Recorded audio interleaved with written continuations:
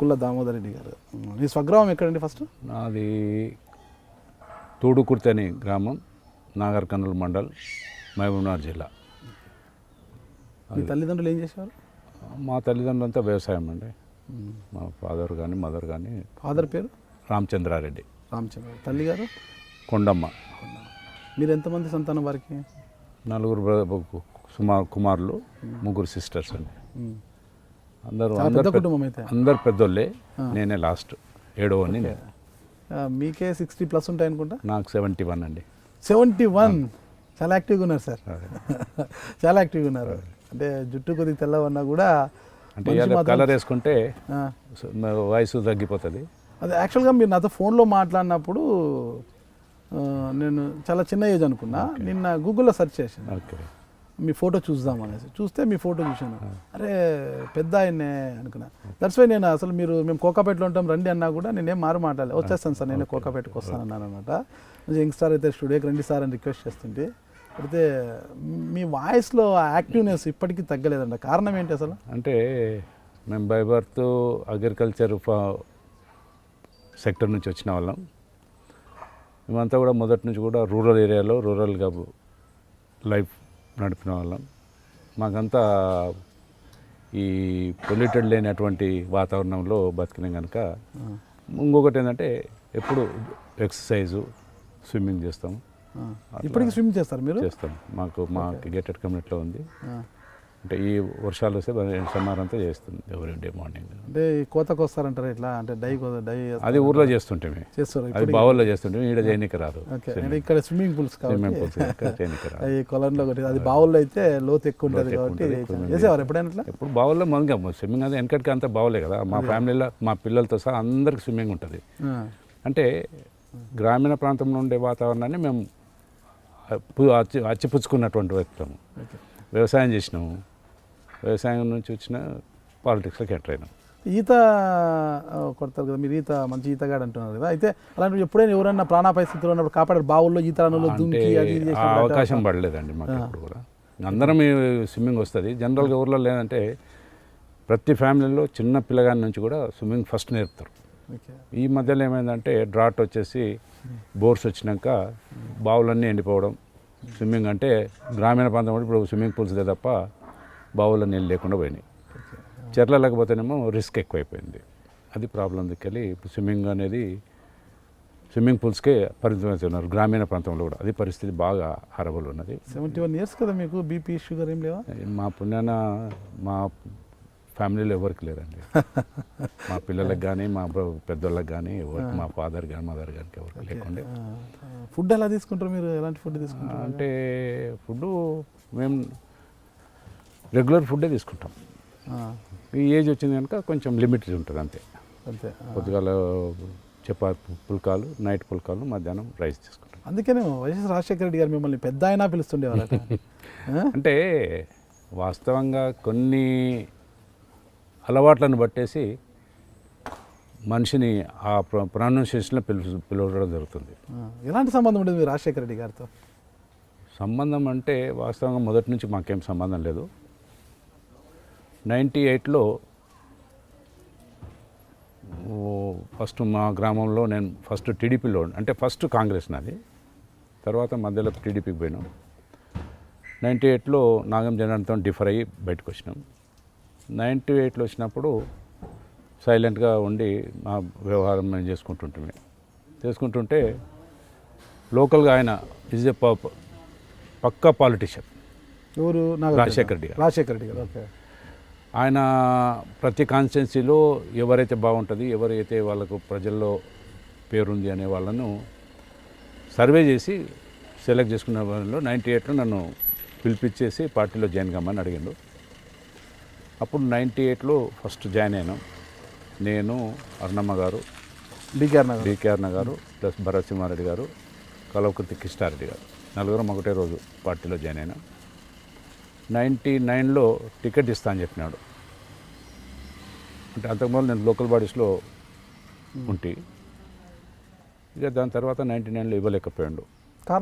కారణం అంటే కాంగ్రెస్ పార్టీలో ఎట్లుంటుంది అంటే ఎంపీ ఎవరు కాంటాక్ట్ చేస్తున్నారో వాళ్ళే సెలెక్ట్ చేసుకుంటారు మా కాంగ్రెస్ పార్టీలో. అంటే 5 ఏళ్ళు కష్టపడ్డాడు ఎక్కడో పోతాడు, పార్టీ కష్టపడ్డాడు, ఆయనకి ఎవడో అనుకూలంగా ఉందని తెచ్చుకొని పెట్టుకుంటారు. పెట్టుకుంటుంటే ఏమైందంటే పార్టీ నష్టపోతుంది, అక్కడ ఉన్న క్యాడర్ నష్టపోతుంది. ఆ విధంగా ఆ రోజు నాకు టికెట్ ఇవ్వలే. ఆ రోజు అంటే ఆ రోజు ఎంపీ మల్లు రవి గారు ఓకే ఆయన ఛార్జ్ చేసుకొని మోహన్ గౌడ్ అని ఎక్స్ఎం ఎమ్మెల్యే ఆయన కూడా ఆయన తీసుకున్నారు కాంగ్రెస్లో. ఆయన ఒరిజినల్ మొదటి నుంచి కాంగ్రెస్లో ఉన్నాయి. ఆ రోజు పరిస్థితుల్లో క్యాడర్ పోతుందని చెప్పేసి కాంటాక్ట్ చేయవలసి వచ్చింది నేను ఇండిపెండెంట్గా. ఓకే నాకు 34,000 ఓట్స్ వచ్చినాయి గుడ్. ఇండిపెండెంట్లో. 34,000 ఓట్లు 99. కాంగ్రెస్ పార్టీకి 16,000 చిల్లర వచ్చినాయి. నేను ఓడిపోయినా, కాంగ్రెస్ ఓడిపోయింది, ఎంపీ ఓడిపోయాడు, మల్లురావు గారు ఓడిపోయారు, నాగం జనార్దన్ రెడ్డి గారు గెలిచినారు. దాని తర్వాత మళ్ళీ కాంగ్రెస్లకు రాజశేఖర్ గారు పిలిపించి తీసుకున్నారు. చెప్తే కూడా వినకుండా టికెట్ ఇవ్వలేదని చెప్పేసి దాని మీద తీసుకున్నారు. 2004కి వస్తే మా జయపాల్ రెడ్డి గారు, డి శ్రీనివాస్ గారు కలిసేసి ఎట్టి పరిస్థితుల్లో రాజశేఖర్ని సీఎం కానివ్వకూడదు అనేది టీఆర్ఎస్తో అలయన్స్ మాకు కాంగ్రెస్కు. ఒక మా జిల్లాలోనే 6 మందికి ఎవరైతే రాజశేఖర్కి ముఖ్యులో వాళ్ళందరికీ టికెట్లు కట్ చేసి టీఆర్ఎస్కి అలాట్ చేసిండ్రు ఆ కాన్స్టిట్యూన్సీస్. అందులో డికే అరుణ గారు, కృష్ణారావు గారు, పులివీరన్న గారు, దామోదర్ రెడ్డి గారు, వెంకట్రామరెడ్డి, చెల్లా వెంకట్రామరెడ్డి అని అలంపూర్, ప్లస్ మన లక్ష్మారెడ్డి జడ్చల్ల. ఆయన ఒక్కడు ఒరిజినల్ టీఆర్ఎస్. 5 కాంగ్రెస్ వాళ్ళు. అందరూ లక్ష్మారెడ్డి టీఆర్ఎస్కి వెళ్ళి చేసిండు, నేను టీఆర్ఎస్కి వెళ్ళి చేసిన. ఆ రోజు ఓవర్ నైట్, అంటే next day last day nominations వేసేది last day, late night 1 o'clock నాకు బీఫామ్ టీఆర్ఎస్కి వెళ్ళి ఇచ్చిండ్రు. ఇస్తే నేను పోయి కాంటాక్ట్ చేసినాను. అంటే పార్టీ పరంగానే వాళ్ళు రికమెండ్ చేసిండ్రు, చేస్తే పోయి చేసినాను. నేను ఓడిపోయాను 1400 ఓట్స్తో. మిగతా 4 ఇండిపెండెంట్ చేసి గెలిచారు. ఓకే అది నా బ్యాడ్ లక్. అప్పుడు ఏమైందంటే డికే అరుణ గారు 2004లో టికెట్ ఇవ్వలేదా? టికెట్ ఇవ్వలేదు, ఆమెకు టికెట్ ఇవ్వలేదు, ఆయనకి ఇవ్వలేదు, కృష్ణరావుకి ఇవ్వలేదు, చెల్లా వెంకటరామరెడ్డికి ఇవ్వలేదు, పులివీరన్ అని మహబూబ్ ప్రాపర్ కూడా ఇవ్వలేదు. అట్లా వాళ్ళు 4 ఇండిపెండెంట్ వేసి గెలిచారు. నేను ఒక్కనే డికే అరుణ గారు కూడా స్వతంత్ర అభ్యర్థిగా గెలిచారు. స్వతంత్ర అభ్యర్థి. అప్పుడు ఈ ములాయం సింగ్ వాళ్ళ పార్టీ సమాజ్వాదీ పార్టీతో గెలిచింది. ఆవిడ సమాజ్వాదీ పార్టీతో గెలిచి ఎలక్షన్ అయిపోతేనే మళ్ళీ వచ్చి కాంగ్రెస్లో జాయిన్ అయిపోయారు అంతా. నా పరిస్థితులు ఏమైందంటే రత్నంకు ఎంపీ టికెట్ ఇచ్చినారు టీఆర్ఎస్కి. ఎంపీ కూడా టీఆర్ఎస్కి ఇచ్చారు. ఇస్తే ఆయన బీఫామ్ ఇవ్వలేకపోయాడు. బీఫామ్ ఫిలప్ చేయకుండా బ్లాంక్ ఇచ్చాడు. బ్లాంక్ ఇస్తే రిజెక్ట్ అయింది. లాస్ట్కి ఏంటంటే కోర్టుకు ఇటుకోతే టెంకాయ పేసి ఇచ్చారు, కారు గుర్తుపోయింది. అదొక మైనస్. నక్సలైట్స్ అప్పుడు కాంగ్రెస్ సపోర్ట్ చేస్తున్నది టీడీపీ వాళ్ళు బాగా ప్రచారం పెట్టినారు. పెడితే అందులో మా దగ్గర ఒక మండల్ పార్టీ ప్రెసిడెంట్ని ఒకరిని మర్డర్ చేసారు మా కాన్స్టిట్యున్సీని. ఒకరినేమో వైస్ ఎంపీపీని మర్డర్ చేసారు. ఆ 2 నెగటివ్ అయినాయి మాకు. ఓకే. అప్పుడే కలవకుర్తి లిఫ్ట్ ఇరిగేషన్ స్టార్ట్ చేయాలని చెప్పేసి ఎలక్షన్ కొరకు నాగం జనార్దన్ రెడ్డి గారు ఆ గుడిపల్లి కాడ గుంతలు తోడిచ్చి ఒరిజినల్ ఏమో కొల్లాపూర్లో స్టార్ట్ చేయాలని, కానీ మధ్యలోనే ఆయన తీసుకొచ్చి ఆడ గుంతలు తోడి నేను నీళ్లు తెస్తుంటే నన్ను ఓడగొట్టాలంటే రాజశేఖర్ చేస్తున్నాడు, కాంగ్రెస్ వాళ్ళు చేస్తున్నాడు అని చెప్పేసి ఆడ మందికి భోజనాలు పెట్టి ఆడ ఏడిచిండు. ఆ ఏడుపుతోన 1400తో మైనస్ అయినాం. అంటే 700 వస్తే గెలుస్తాం. ఇండిపెండెంట్గా 34,000 ఓట్లు, మళ్ళీ టీఆర్ఎస్ నుంచి 1400 తేడాతో మీరు ఓడిపోవడం. ఇంకా దాని తర్వాత 2000 మళ్ళీ కాంగ్రెస్లో తీసుకున్నాడు రాజశేఖర్ రెడ్డి గారు. అంటే 2 సార్లు నేను టికెట్ ఇవ్వలేకపోయినా అనే ఇంప్రెషన్తో తీసుకున్నాడు. తీసుకొని 2006లో జిల్లా పరిషత్ వచ్చింది. జిల్లా పరిషత్ వచ్చినప్పుడు జిల్లా పరిషత్ను నీవు కావాలని చెప్పేసి నన్ను పిలిపించి జిల్లా పరిషత్కు ప్రిపేర్ కావన్నాడు. మా నాగర్ కర్నూలులో 5 మండలాలు, ఒకటే మండలు జనరల్ సీట్. ఆ ఒక్క జనరల్ కాంటాక్ట్ చేసి జెడ్పీటీసీగా గెలిచినాను. దాని తర్వాత జిల్లా పరిషత్ చైర్మన్ వారి సహకారంతో వారి ఆశీర్వాదంతో జిల్లా పరిషత్ చైర్మన్ 5 years 11 వరకు జిల్లా పరిషత్ చైర్మన్ చేసినాను. 6 to 11 2006 to 2011 వరకు బాగా సాగింది పరిపాలన. అది గోల్డెన్ పీరియడ్ అండి.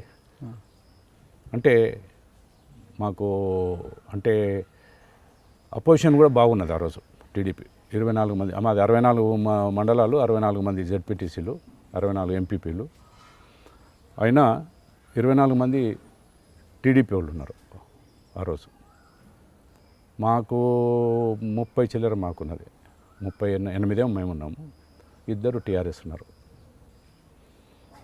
ఎప్పుడు కూడా ఏ 5 సంవత్సరాలు మేము ఎక్కడ కూడా ఏ పార్టీ వాళ్ళతో కూడా కాంట్రవర్సీ వెళ్ళకుండా జిల్లా పరిషత్ను నడపడం జరిగింది.